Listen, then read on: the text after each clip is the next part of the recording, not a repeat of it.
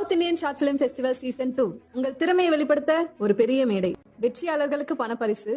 உங்கள் சிறந்த படைப்புகளை சமர்ப்பித்து வெற்றியை கைப்பற்றுங்கள்.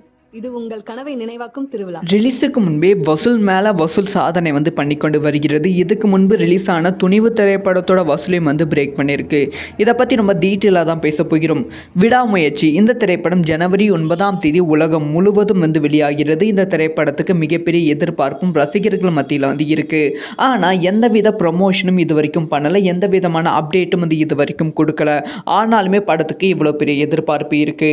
இப்போ ஓவர்சீஸில் இந்த திரைப்படம் சாதனை மேல் சாதனை பண்ணிக்கொண்டு வருகிறது. மிகப்பெரிய கலெக்ஷனும் இந்த திரைப்படம் பண்ணிக்கொண்டு வருவதால் படக்குள்ள செம ஹாப்பியில் இருக்காங்க. பொதுவாக ஒரு திரைப்படம் ரிலீஸ் ஆகுதுன்னா அந்த திரைப்படத்தை 2 வாரத்துக்கு முன்பே ஓவர்சீஸில் டிக்கெட் புக்கிங் ஓப்பன் பண்ணிடுவாங்க. அதே மாதிரி தான் இப்போ அயர்லாண்டில் விடாமுயற்சி திரைப்படத்தோட டிக்கெட் புக்கிங் ஓப்பன் பண்ணியிருக்காங்க. ஜனவரி 9 ப்ரீமியர் ஷோவுக்கு இப்போ பயங்கரமான டிக்கெட் சோல்டு. கிட்டத்தட்ட 90% டிக்கெட் சோல்ட் ஆகியிருக்கு அப்படிங்கிற ரிப்போர்ட் கிடைச்சிருக்கு.